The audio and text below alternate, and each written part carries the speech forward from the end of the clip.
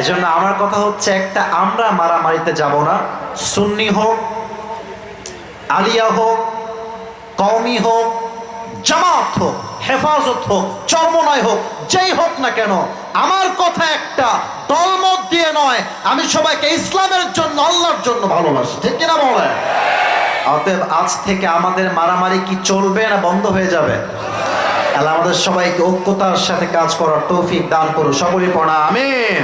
আলোচনার central theme বা subject matter, মূল আলোচ্য বিষয়টা হচ্ছে the life of hereafter, the life of আখিরাহ, পরকালের জীবন।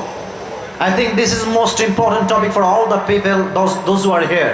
কারণ পরকালের জীবনটা হচ্ছে এমন একটা জীবন, পৃথিবীতে এমন কোনো মানুষ নাই যে মানুষটা মৃত্যুবরণ করবে না। কুল্লু নাফসি যায়িকাতুল মাউত, everyone has to take the test of death. প্রতিটা মানুষকে মৃত্যুর স্বাদ গ্রহণ করাবে একজন। আওয়াজ দিয়ে বলেন তো তিনি কে? গতকাল মেবি আমাদের গিয়েছে 2 দিন আগে শুভ নববর্ষ। আফসোস লাগে আয়াত পড়তে গেলে আমার তাদের জন্য, যেই মেয়েগুলো নববর্ষের নামে বেহায়ার মতো শাড়ি পরে যুবকদের চোখ ইমান নষ্ট করেছে। যুবক ভাইরা, এদেরকে দেখলে মনে হয় না যে এরা কখনো মরবে। হ্যাঁ यार, ये तो जन्नत से भाग के आई है और ये जन्नत में ही भाग के जाएगा। শাড়ি পরে এমন একটা অবস্থা। আর কিছু কিছু মেয়ে দেখবেন নামাজ কালামের কোনো খবর নাই, হ্যাঁ, চেতনা দেখায়, চেতনা, হ্যাঁ, ইতিহাস জানে না, সমাজের সভ্যতা বোঝে না, এবং এই মেয়েগুলো জীবনে ভালো স্বামীও কখনো খুঁজে পায় না। আমার কথা একটা, যুবক জীবনে যাই করো আর তাই করো, এই ছাপড়ি মার্কা মেয়েকে বিয়ে করা যাবে না। বিয়ে করলে দিনদার মেয়েকে আমরা বিয়ে করব, ঠিক কিনা বলে? মরতে একদিন হবে, হিসাব দেওয়া লাগবে। অতএব বোনদেরকে বলবো, ডানে বামে যারা আছেন, আপনারা এই সমস্ত বেহায়ার কালচারে যাবেন না। আপনার কথা হবে একটা, যদি আমি চরিত্র বানাতে পারি, আল্লাহ আমাকে নিজেই চরিত্রবান যুবক দান করবে, ঠিক কিনা? আসেন কিছু প্রশ্ন করি সবাইকে। আমার মুরব্বী আব্বা যে ডানে আছেন, বামে আছেন, সামনেও আছেন, আমি সবাইকে দেখতে পাচ্ছি না, but to be honest with you, আমি সবাইকে সম্মান করি, মন থেকে ভালোবাসি। আমি এখন যে কথাগুলো বলবো এটা আমার পুরো সেন্ট্রাল থিমের কথা।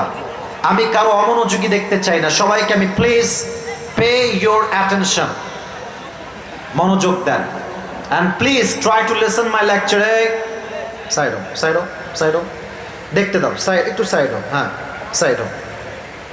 Try to listen my lecture with full concentration, মনোযোগ দিয়ে শুনবেন। আচ্ছা, প্রশ্ন করছি, পরকালের জীবন যে সত্য, রবের কাছে দাঁড়াতে যে হবেই সবাইকে, এটা আমরা সবাই বিশ্বাস করি কি করি না? ইমানের প্রশ্ন ভাই, বলেন সবাই, করি কি করি না? নাম্বার 1 প্রশ্ন। নাম্বার 2, দুনিয়ার জীবন কি বেশি উত্তম না আখিরাতের জীবন বেশি উত্তম? এত আস্তে কেন কম? দুনিয়ার জীবন উত্তম না আখিরাতের জীবন বেশি উত্তম? কোরআনের দলিল আছে না এটা? সূরাতুদ দুহা, আল্লাহ তাআলা বলছেন, ওয়ালাল আখিরাতু খায়রুল লাকা মিনাল উলা, the life of hereafter is much more better than this worldly life. আল্লাহ তাআলা বলছেন, দুনিয়ার জীবনের চাইতে আমি আল্লাহ আখিরাতের জীবনকে হাজার হাজার গুণ বেশি উত্তম বানিয়েছে। সুবহানাল্লাহ পড়বেন না আপনারা? থার্ড কোয়েশ্চেন, 3 নাম্বার প্রশ্ন। যদি জানেন বলবেন, নয় চুপ থাকবেন, আমি আছি বলার জন্য। As much as I can আমি বলবো ইনশাআল্লাহ। দুনিয়ার জীবনটা কি বেশি লম্বা হবে নাকি কবরের জীবনটা বেশি লম্বা হবে? দুনিয়ার জীবনটা কি বেশি লম্বা হবে না আখিরাতের জীবনটা বেশি লম্বা হবে? দলিল কি? 30 নাম্বার পারা, সূরাতুন নাজিআতের লাস্ট আয়াহ, 46 নাম্বার আয়াত। এই আয়াতে আল্লাহ তাআলা বলছেন, কান্নাহুম ইয়াওমা ইয়ারাউনাহা লাম ইয়ালবাথু ইল্লা আশিয়াতান আও দুহাহা। যখন দুনিয়ার মানুষগুলো পরকালের জীবনকে সামনাসামনি দেখবে, যখন কবরের জীবন শুরু হয়ে যাবে, দুনিয়ার মানুষগুলো ডাক দিয়ে বলবে, আল্লাহ কান্নাহুম ইয়াওমা ইয়ারাউনাহা লাম ইয়ালবাথু ইল্লা আশিয়াতান আও দুহাহা। আল্লাহ মনে হচ্ছে হচ্ছে আমাদের এমন, পরকালের জীবনটা এত লম্বা দেখার পরে মনে হচ্ছে 60 বছরের হায়াত দুনিয়াতে পেয়েছিলাম আমি, কিন্তু আমার মনে হচ্ছে দুনিয়াতে আমি মাত্র একটা সকাল কিংবা একটা সন্ধ্যা ছিলাম। আল্লাহু আকবার।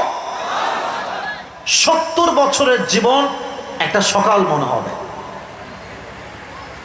70 বছরের জীবন একটা সন্ধ্যা মনে হবে। Could you imagine that how long time it is? কতটা লম্বা সময় হবে আখিরাতের জীবন, একটু কল্পনা করেন। এবার আসেন আখিরাত কাকে বলে। যুবক ভাইরা, পুরস্কার পেতে চাইলে খালি ঠিক বেঠিক বললে হবে না, কথাগুলো মাথায় নিতে হবে জানি কি বলছি। What is the definition of life of hereafter? পরকালের জীবনটা কাকে বলে? এটা হচ্ছে সেই জীবন যেই জীবনে আল্লাহ তাআলা পুরো পৃথিবীর মানুষকে একটা বিশাল বড় মাঠে দাঁড় করাবেন, কাতার হবে দুইটা, and Allah subhanahu wa ta'ala will ask them about their faith and deeds during their life on earth.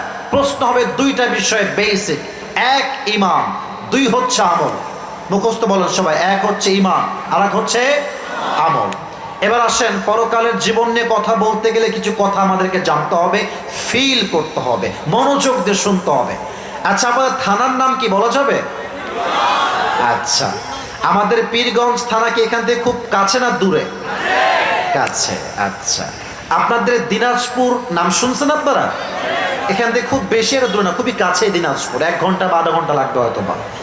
আচ্ছা, এই যে রাস্তা আপনাদের বিশ্ব রোড বাইপাস, বলেন তো এদিকে সবাই, লুক অ্যাট মাই ফেস, আমি যা বলবো কোরআন হাদিসের বাইরে একটা কথাও যাবে না ইনশাআল্লাহ, প্লিজ আমার চোখে চোখ রাখেন। বিশ্ব রোডে যে রাস্তায় গাড়ি চলে, যুবক ভাইরা বলেন তো সবাই, গাড়ি কি স্লো যায় না স্পিডে যায়? আপনার হানিফ বাসের নাম শুনছেন? আপনারা দেশ ট্রাভেলস নাম শুনছেন? দেখবেন এই বাস যখন রাস্তায় যায় এতটা স্পিড হাই থাকে, আই জাস্ট ফিল যে এই বাসের সামনে যদি কোনো মানুষ ঠাস করে আসে, ওর দেহের প্রত্যেকটা অঙ্গ প্রত্যঙ্গ বিচ্ছিন্ন হয়ে যাবে যুবক ভাইরা, এতটা স্পিডে বাসগুলো চলে রাস্তায়। আচ্ছা ভাবেন, আগামীকাল সকালে আপনি যাবেন দিনাজপুরে, বের হয়েছেন যাওয়ার জন্য একটা সিএনজিতে করে, কারে করে, বাসে করে কিংবা আপনার বাইকে করে যাচ্ছেন, ছোট্ট একটা গলি, সামনে গিয়ে বিশ্ব রোড, মনে করেন এটা হচ্ছে আপনার বাসা। লুক অ্যাট মাই হ্যান্ডস, 2 হাত দেখেন, এটা হচ্ছে আপনার বাসা, এটা বাসার গলি, এটা হচ্ছে বিশ্ব রোড। দেখবেন ছোট্ট রোড থেকে যখন গাড়ি ওঠে খুব স্লোলি যায়, আস্তে আস্তে যায়, আর যে গাড়িগুলো বিশ্ব রোডে যায় খুব স্পিডে যায়। আপনি যখনই আপনার বাইক নিয়ে উঠবেন রাস্তায়, অ্যাট দ্য সেম টাইম ঠিক ডান দিক থেকে বিশাল বড় একটা হানিফ বাস, দেশ ট্রাভেলস, অথবা বিশাল বড় একটা মাল বোঝাই করা ট্রাক এমন একটা আঘাত আপনাকে দিয়েছে, আপনার গাড়িতে এসে আপনি উড়ে গিয়ে 70 হাত দূরে পড়েছেন, একটা বাসের আঘাতে, একটা ট্রাকের আঘাতে। আর রাস্তায় যে পিচ ঢালাও থাকে পাথরের মতো শক্ত, এই পুরো কপাল এমনি সোজা গিয়ে ঠাস করে পড়ছে, মাটির উপরে নয়, একদম শক্ত পাথরের উপরে। রাস্তার পিচ এক আঘাতে এত জোরে আপনি আঘাত পেয়েছেন, পুরো কপাল ফেটে, মাথা ফেটে রক্ত গড়গড় গড়গড় করে বের হচ্ছে, পুরো রাস্তা রক্তে লাল হয়ে গেছে। এটা কি হতে কালকে পারে না? আমাকে বলেন না, পারে না? ঠাকুর গায়ের সব মানুষ বাঁচাও তাকে, এ লোক তো মারা যাবে, হ্যাঁ হসপিটাল নিয়ে যাও তাকে সবাই মিলে, খুব দ্রুত অ্যাম্বুলেন্স নিয়ে এসে সবাই মিলে আপনাকে, people are taking you to the hospital, খুব দ্রুত নিয়ে যাচ্ছে। আপনি সেন্সলেস, জ্ঞান নাই, চোখ বন্ধ, কোনো মাথায় কাজ করছে না, অজ্ঞান।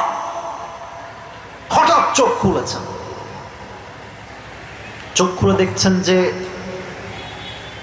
যে রুমে আপনি আছেন এটা ছোট্ট 4 কোণা রুম, রুমের দেওয়াল, রুমের বেডের যেই বিছানা, বেডের যেই চাদর, বালিশের যে কভার, উপরের যে ফ্যান, এই আশেপাশে যে দেওয়াল, সব হচ্ছে it's look like a white colour, সব হচ্ছে সাদা।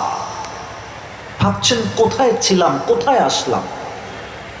চোখ খুলে দেখছেন সামনে বিশাল বড় একটা গেট, কাচের। ওখানে লেখা আছে এই রুমটার নাম হচ্ছে ICU। এটা হচ্ছে জীবনের এমন একটা চ্যাপ্টার যেখানে মানুষ কথা বলতে পারে না।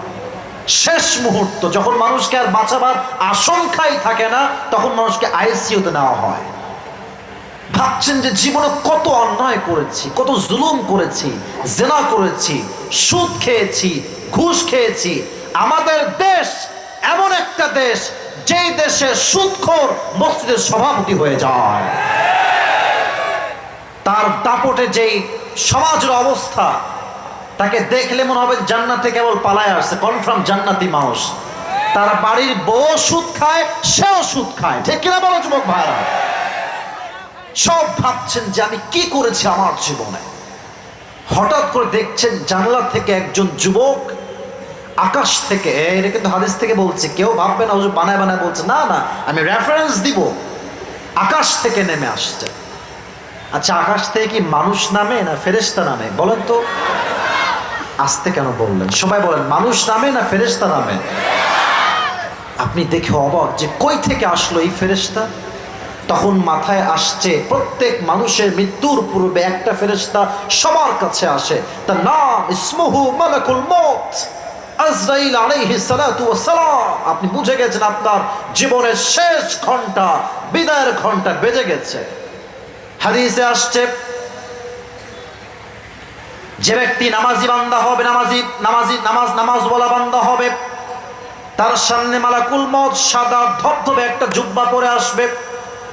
তার চেহারা হবে look like a very young man, attractive young man, handsome young man, সুদর্শন যুবক। তার দেহে থাকবে সাদা জুব্বা, তার মুখে থাকবে চাপদাড়ি, সুন্দর পুরুষ। এসেই বলবে, ইয়া আইয়াতুহান নাফসুল মুতমাইন্না উখরুজি ইলা মাগফিরাতিল্লাহি ওয়া রিজওয়ানি।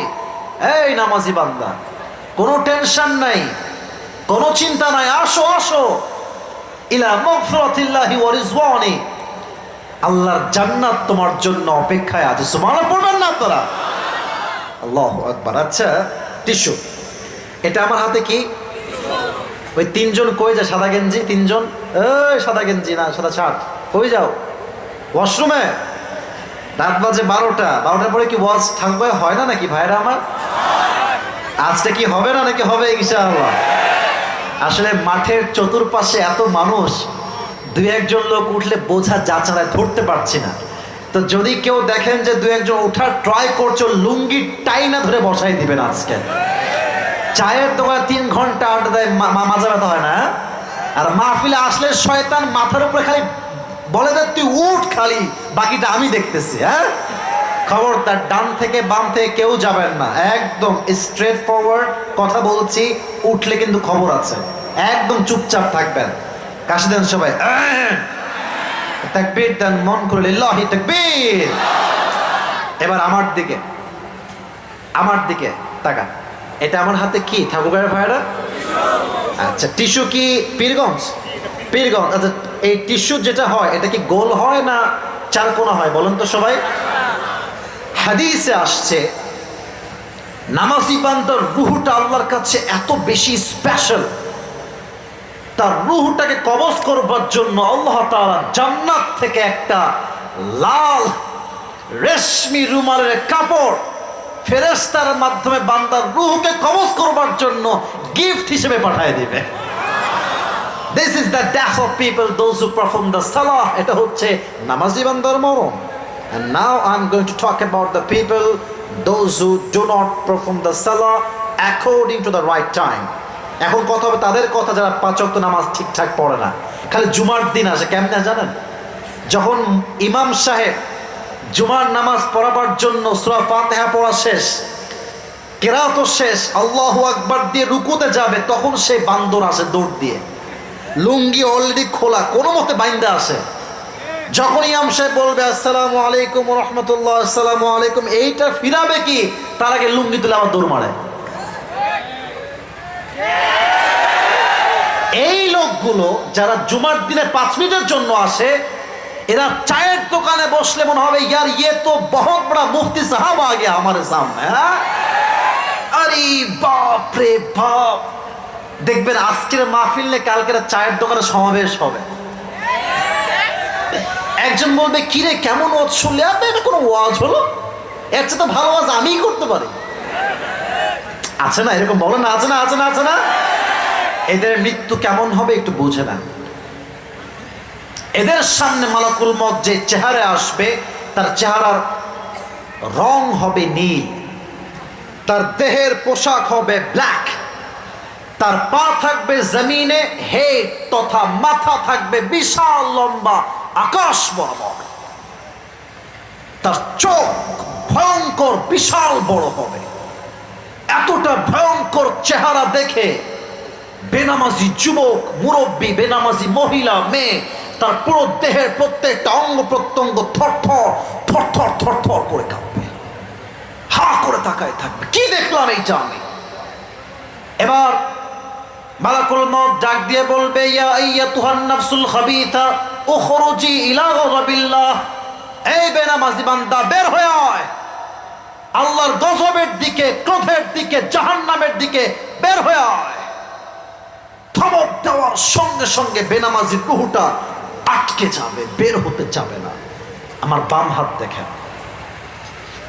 মালাকুল মউত তার সামনে থেকে দাঁড়িয়ে তার বাম হাত দিয়ে, ডান হাত দিয়ে নয়, বাম হাত দিয়ে বেনামাজির রুহের দিকে এক বিশাল লম্বা থাবা দিবে।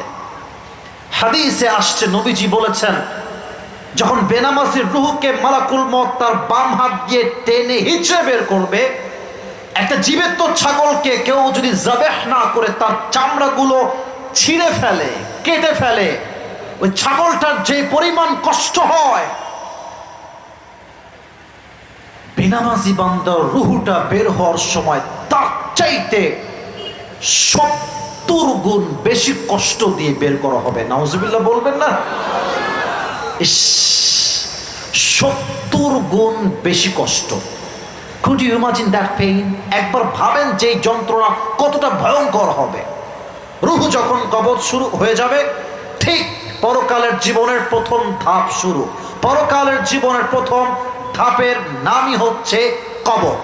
এখন একটা প্রশ্ন করব, সবাই ভুল দিবেন জবাব আমি জানি, কারণ অনেকে জানেন না বিষয়টা। তবে আশা রাখবো কিছু লোক থাকবে যারা সঠিক জবাব দিবে ইনশাআল্লাহ। একটু মনোযোগ দিয়ে বুঝবেন, আগে ঠাস করে বলে ফেলবেন না। Relax, have a relax, you not for mind, নাকি? একটু অপেক্ষা করে বুঝবেন। কবরে মোট প্রশ্ন হবে কয়টা? কেউ 3, কেউ 4।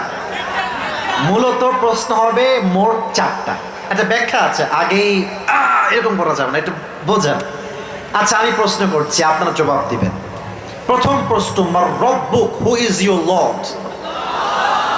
আল্লাহর নামে এত আসতে ঠাকুরবাড়ির ভাই, পীরগঞ্জের ভাইয়েরা বলেন না, আমাদের রব কে? আল্লাহ আমার রব। বলেন না, আল্লাহ আমার রব। দমে দমে তনু মনে তারি অনুভব। সুবহানাল্লাহ পড়ো সবাই। তোমার দুনিয়াতে আমি যেদিকে তাকাই, অথই নিয়ামতে ডুবে আছি সবাই। পাখ পাখালির কণ্ঠে শুনি তাসবিহ কল রব, তাসবিহ কল রব, আল্লাহ আমার রব। দমে দমে তনু মনে তারি অনুভব। রবকে।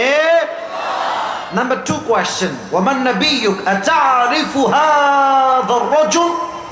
Do you know this person? Who is he? তুমি কি নাকে চেনো? ওই ব্যক্তির নাম কি? সবাই যতই বলুক আমি পারবো, পারবে না কিন্তু সবাই।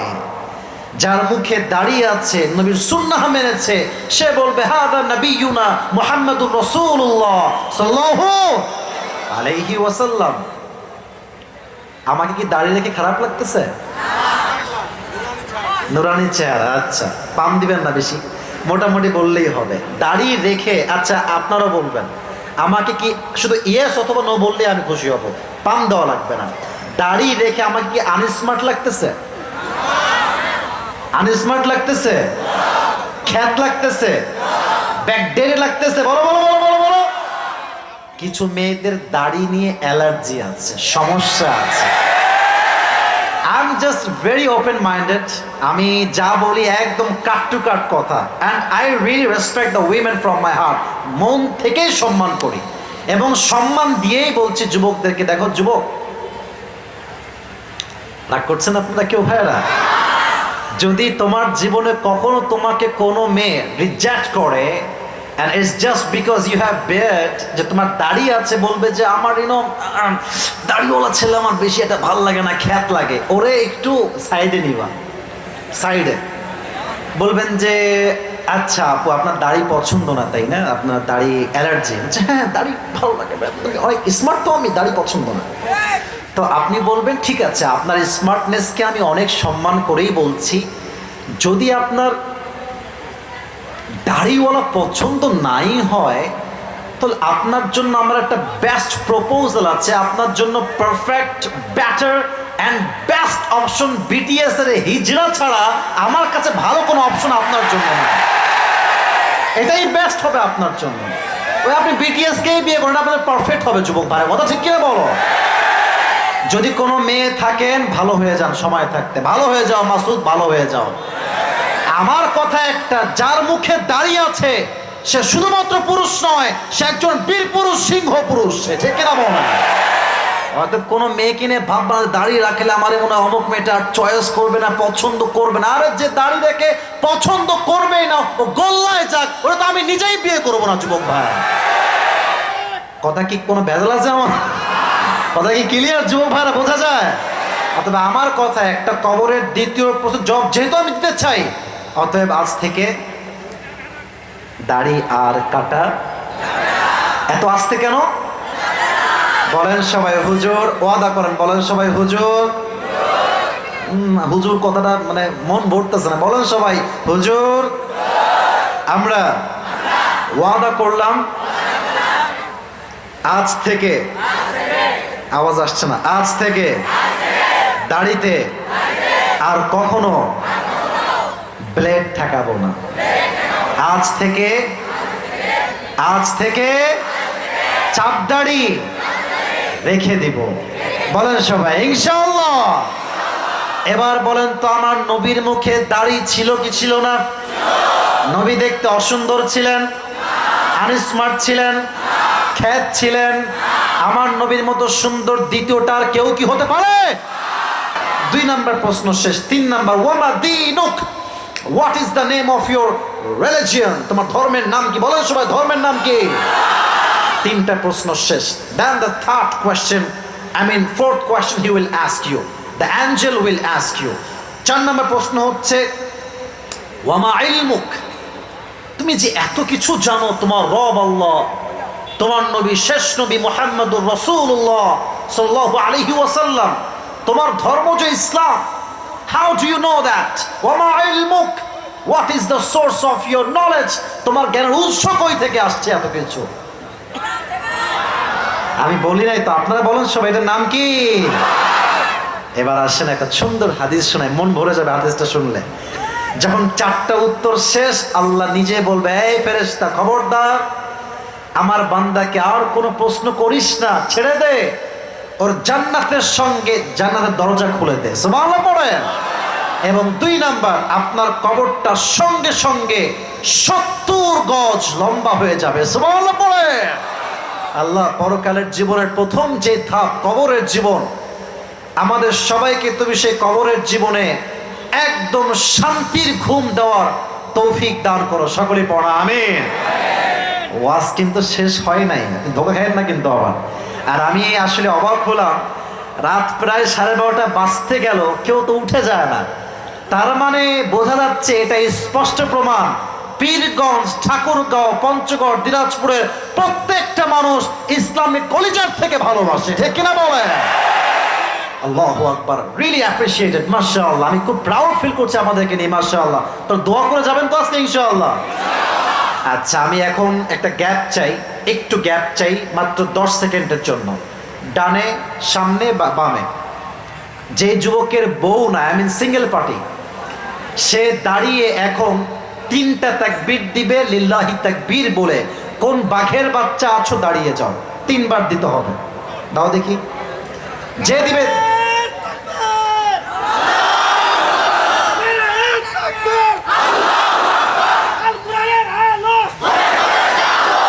তুমি দাও।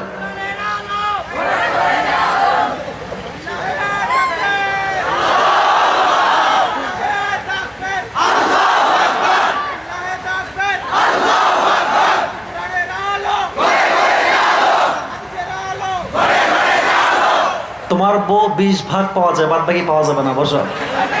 আরে লাগবে বাঘের বাচ্চা, একবার দিয়ে পুরো মাঠ কাঁপবে। কেউ না এরকম জোরে দিবে একটা।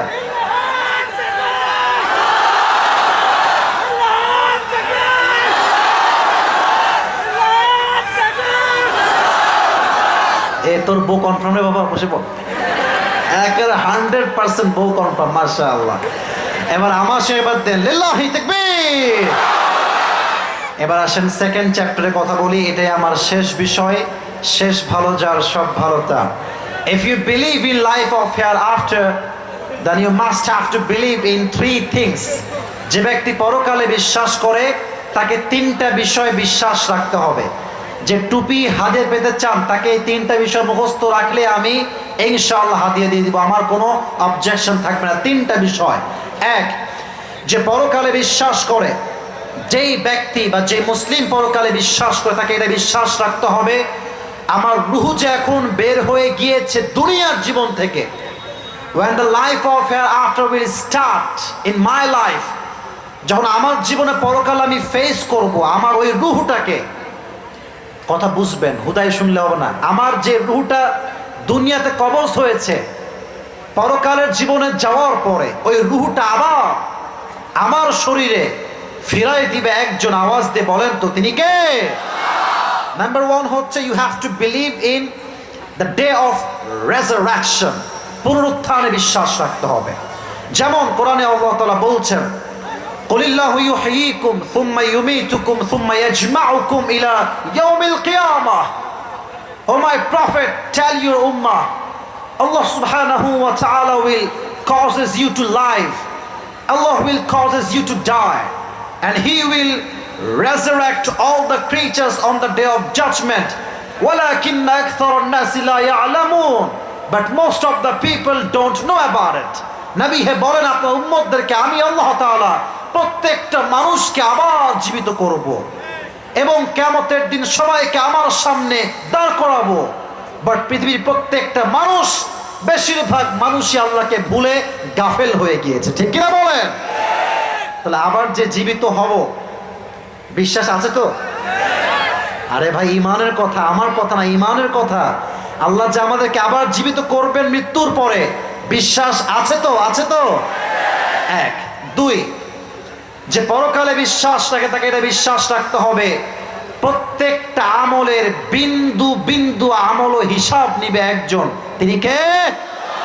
দলিল হচ্ছে কোরআন। আল্লাহ তাআলা বলছেন ফামান ইয়ামাল মিসকাল যাররাতিন খায়রান ইয়ারাহ ওয়া মান ইয়ামাল মিসকাল যাররাতিন শাররান ইয়ারাহ। শস্যের দানা পরিমাণ ছোট্ট ছোট্ট আমল মিজানের পাল্লায় ওজন দিবে একজন। তিনি কে? এবার একটা ছোট্ট আয়াতের ব্যাখ্যা বোঝাই। আমার 2 হাত দেখেন, পীরগঞ্জের ভাইয়েরা একটু আমার দিকে, 2 হাত, 2 হাত 2 দিকে, ডান আমল বাম আমল। বলেন সবাই, এটা কি আমল? এটা কোন আমল? বাম আমল। আয়াত বলছি ফাম্মা মান থাকুলাত মাওয়াজিনু ফাহুয়া ফি ঈশাতির রাদিয়া ওয়া আম্মা মান খাফফাত মাওয়াজিনু ফাউম্মুহু হাওিয়া। এবার আমার হাত দেখেন, আল্লাহ বলছেন তোর আমল যদি এইভাবে থাকে সমান সমান, এই ডান আমল যদি সামান্য 1 চুল পরিমাণ উঠে গিয়ে ভারী হয়ে যায়, যখনই ভারী হবে তখনই তোর জন্য আমি আল্লাহ নিজেই জান্নাতের ফয়সালা করে দেব। ফাহুয়া ফি ঈশাতির Radia, at the same time he will enter in the paradise, সে জান্নাতি হয়ে যাবে। এবার বলেন তো সবাই, জান্নাতে যাওয়ার জন্য 100 আমলে কত আমলের দরকার? মাশাআল্লাহ মাশাআল্লাহ, সঠিক হয়েছে তো আমাদের উত্তর।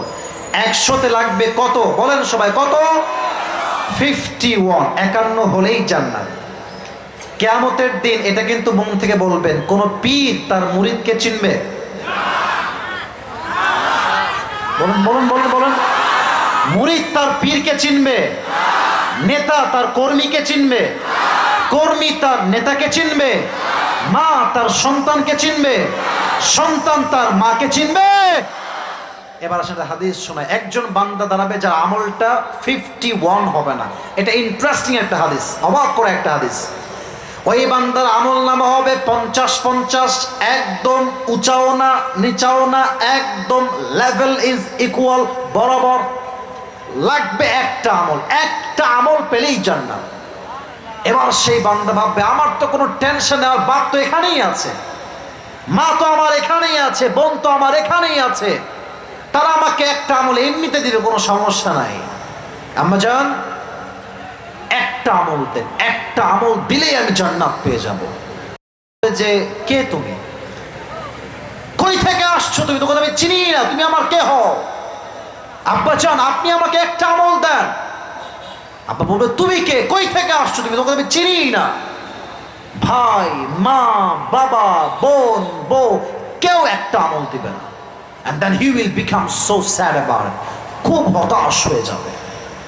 হঠাৎ করে একজন যুবক আসে, বলে, ভাইজান আপনার কি হয়েছে, কি সমস্যা আপনার, টেনশন কেন আপনার, হতাশ কেন আপনি?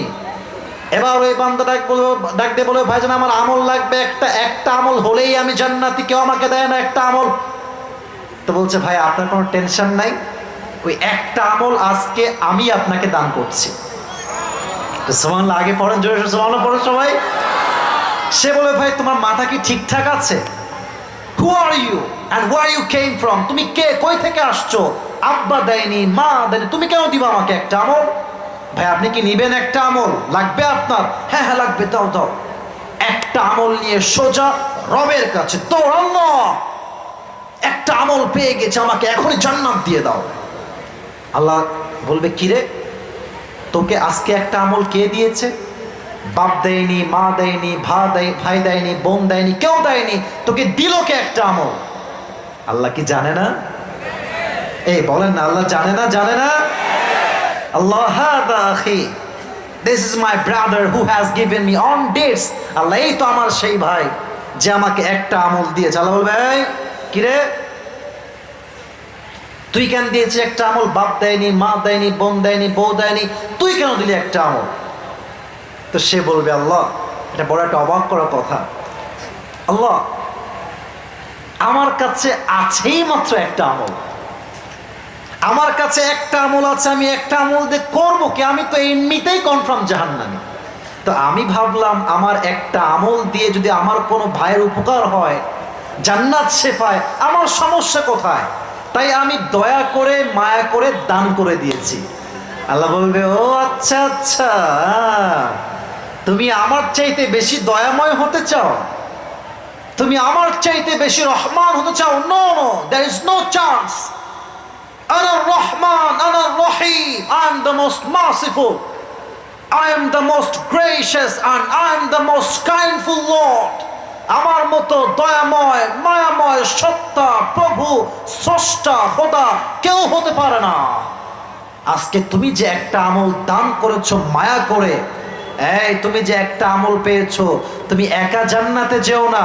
তোমাকে আজকে যে একটা আমল দান করেছে, তুমিও জান্নাতে যাও, তোমার ভাইকেও জান্নাতে একসঙ্গে নিয়ে চলে যাও। হিসাব হবে সহজ, তবে প্রথম হিসাব হবে কি বিষয়, কে বলতে পারে? মাশাআল্লাহ, একজন আগে বলেছেন, কে যেন ভাই?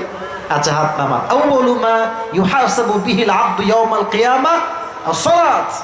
The first question you will be asked about is salah.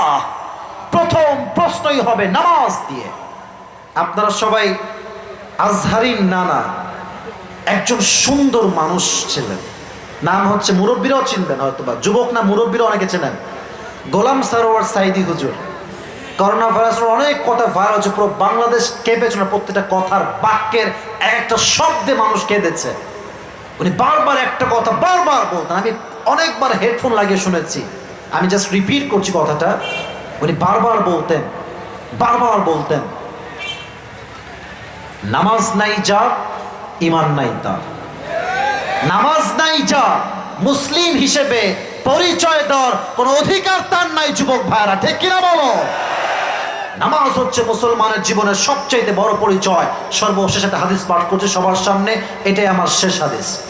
ওমরে ফারুক রাদিয়াল্লাহু তাআলা আনহুর জামানায় একজন অগ্নি উপাসক, তার নাম হচ্ছে আবু লুলু আল মাজুসি, এসে বলছে, ওমর তোমার কাছে একটা বড় লম্বা অভিযোগ নিয়ে আসছে আমার ব্যাপারে। কি অভিযোগ বলো? বলছে, আমার যে মালিক আছে, যে মনিব আছেন, তিনি প্রত্যেক দিন আমার কাছে 6 দিরহাম চার্জ করে। বলেন তো সবাই কয় দিরহাম? তো আমি তো গরিব মানুষ, আমার দেওয়া যায় না, তুমি দয়া করে একটু কমায় দাও, আমি এত পারবো না। তো বলছে, ভাই তোমার কাজ কি, তুমি কি ব্যবসা করো? বলছে, আমি হচ্ছি খঞ্জর ব্যবসায়ী, চাকু বানাই। এই চাকুটার নাম হচ্ছে আরবিতে খঞ্জর। আমার ডান হাত দেখেন, আপনি বুঝবেন এটাও চাকু, এটাও চাকু, মাঝখানে হচ্ছে হ্যান্ডেল, এটার নাম হচ্ছে খঞ্জর।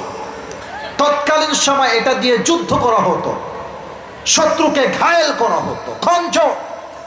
তো বলছে, তাই নাকি? তুমি তো অনেক ধনী ভাই, মদিনায় কেউ তো খঞ্জর বানাইতেই পারে না, তোমার তো 6 দিরহাম নয় 10 দিরহাম চার্জ হওয়ার কথা।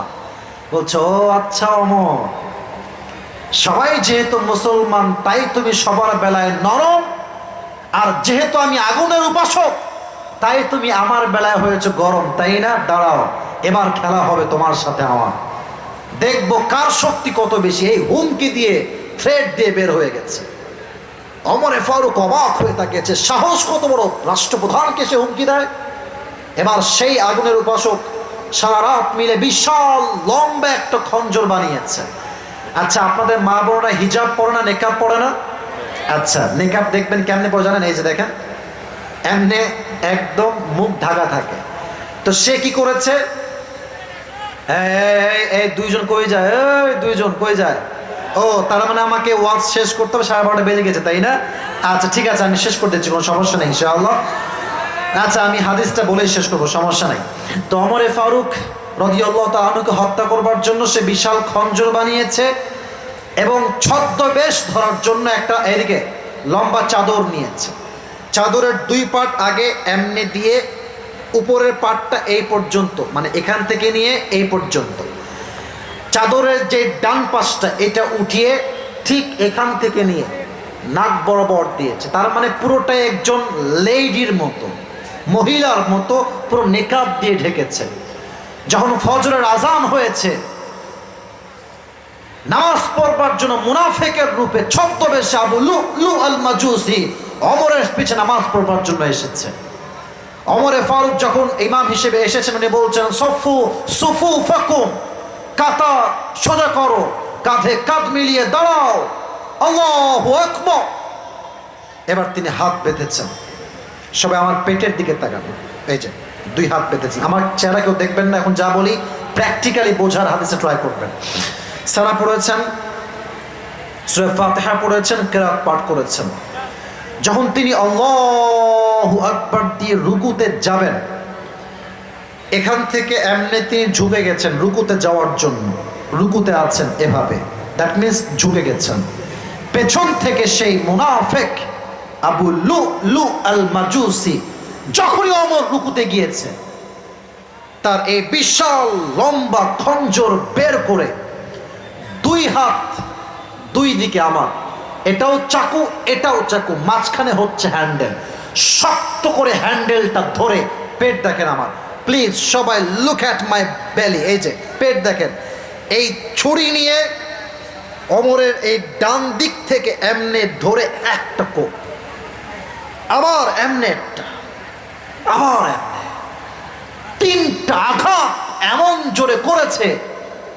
হাদিসে আসছে ওমরে ফারুকের পেটের নাড়ি ভুঁড়ি যা ছিল, 3টা স্ট্যাবিংয়ে, 3টা চাকুর আঘাতে নাড়ি ভুঁড়ি সব বের হয়ে গেছে। ওমরে ফারুক নামাজের মাঝে চিৎকার দিয়ে বলছে, কতালানিয়াল কাল, আমাকে একটা কুকুর হত্যা করেছে, আমাকে বাঁচাও, অজ্ঞান হয়ে পড়ে গেছে। সাহাবা একরাম দৌড় দিয়ে আসছে, ওমর ইয়া ওমর ইয়া ওমর ইয়া আমিরুল মুসলিমিন ইয়া খলিফাতুল মুসলিমিন, আপনি কি ঠিক আছেন? দেখছো ওমর চুপচাপ অজ্ঞান হয়ে পড়ে আছে। তারা কি করবে টের পাচ্ছে না। দীর্ঘ লম্বা সময় পর ডাক্তার আসছে, সব মদিনার ডাক্তার স্পেশালিস্ট সব আসছে, ওমরকে বাঁচাও।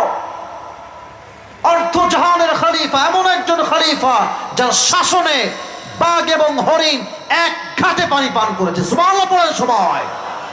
সেই রাষ্ট্রের প্রধান আজকে অবস্থা খারাপ।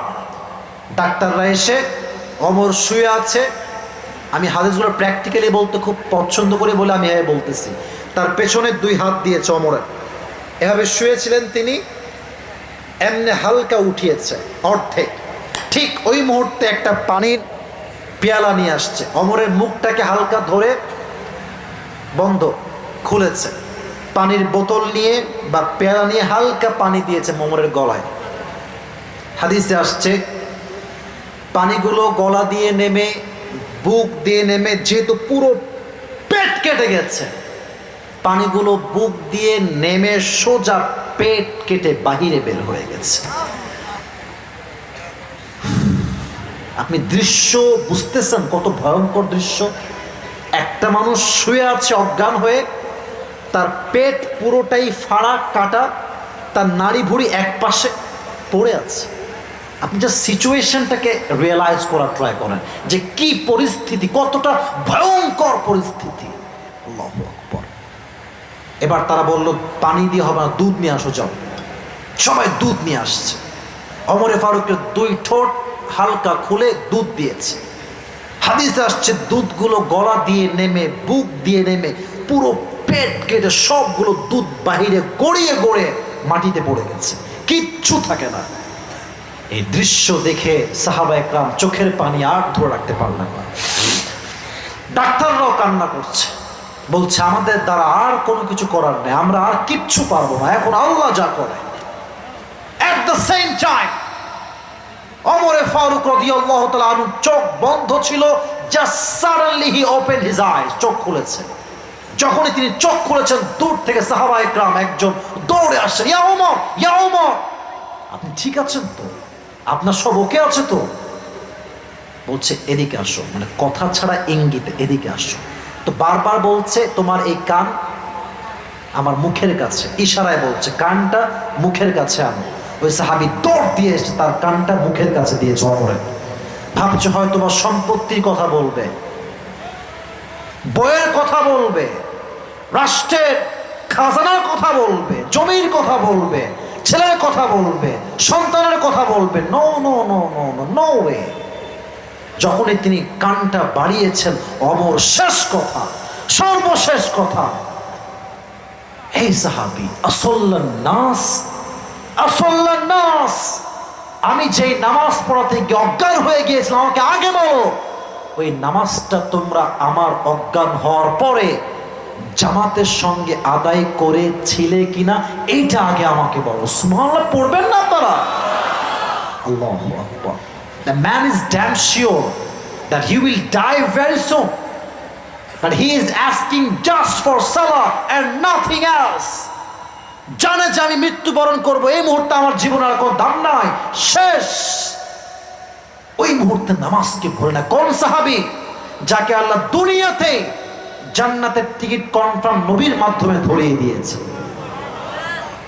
10 জন আশরে মুবাশশারা জান্নাতের সুসংবাদ প্রাপ্ত সাহাবীর মাঝে one of the best one is Omar Farooq রাদিয়াল্লাহু তাআলা আনহু। আপনি হাদিস পড়েন, রিসার্চ করেন, আপনি জান্নাতের টিকিট পাওয়ার পর নামাজকে ভুলে নাই। আর আমরা টিকিট পাইলাম কই থেকে? ফজর নাই, জোহর নাই, আসর নাই। আরে আজান হচ্ছে মসজিদে, বলতে লজ্জা লাগে আমার বুকটা ফেটে যায় যুবকদের জন্য। নামাজ হচ্ছে মসজিদে, যুবক মোড়ের ভিতরে দাঁড়িয়ে দাঁড়িয়ে পাবজি এবং ফ্রি ফায়ার খেলছে, টিকটক চালাচ্ছে। এটা দিয়ে আমরা কি করবো বলেন? এই জেনারেশন দিয়ে ফিলিস্তিনের বিজয় কেমনে হবে? দেশের বিজয় কেমনে হবে? ইসলামের বিজয় কেমন করে হবে? যুবক ভাই কথা বলছেন কিনা? এই জন্য জীবনে যাই করেন তাই করেন ভাই, একটাই কথা, মূল কথা, শেষ কথা, কিয়ামতের দিন প্রথম হিসাব হবে নামাজ নিয়ে। অতএব আজ থেকে 1 ওয়াক্ত নামাজ আমরা কেউ কখনো কাজা করব না। রাজি আছেন তো ইনশাআল্লাহ? সর্বশেষ বিষয় হচ্ছে যে পরকালে বিশ্বাস রাখবে সে জান্নাত এবং জাহান্নামে বিশ্বাস রাখবে। হিসাবের পরে মানুষের মাঝে 2টি গ্রুপ হবে, এক হচ্ছে জান্নাতি কথা বলবেন। এক হচ্ছে জান্নাতি, আর এক হচ্ছে জান্নাতি হচ্ছে ডানপন্থী, জাহান্নামী হচ্ছে বামপন্থী। আমরা কোন দিক যাব? এটাও কি কইতে পারলেন না? আপনি কি বামে যাবেন না ডানে যাবেন? ফারিকুম ফিল জান্নাতি ওয়া ফারিকুম ফিস সাঈর। One group will enter in the paradise and second group will enter in the hellfire. এক গ্রুপ জান্নাতে, এক গ্রুপ জাহান্নামে। আল্লাহ আমাদের সবাইকে জান্নাতি মানুষ হিসেবে কবুল করুন। সকলে পড়া আমিন। সবাই একটা কাশি দেন। সবাই হাত তুলেন একবার, সবাই হাত একটু একটু নাড়া দেন সবাই। এবার তাকবীর দেন, লিল্লাহি তাকবীর, লিল্লাহি তাকবীর। আল কোরআনের আলো, আল হাদিসের আলো, কোরআন হাদিস যেখানে, আলেম ওলামা যেখানে, আল্লাহ কবুল করুন। সকলে পড়া আমিন।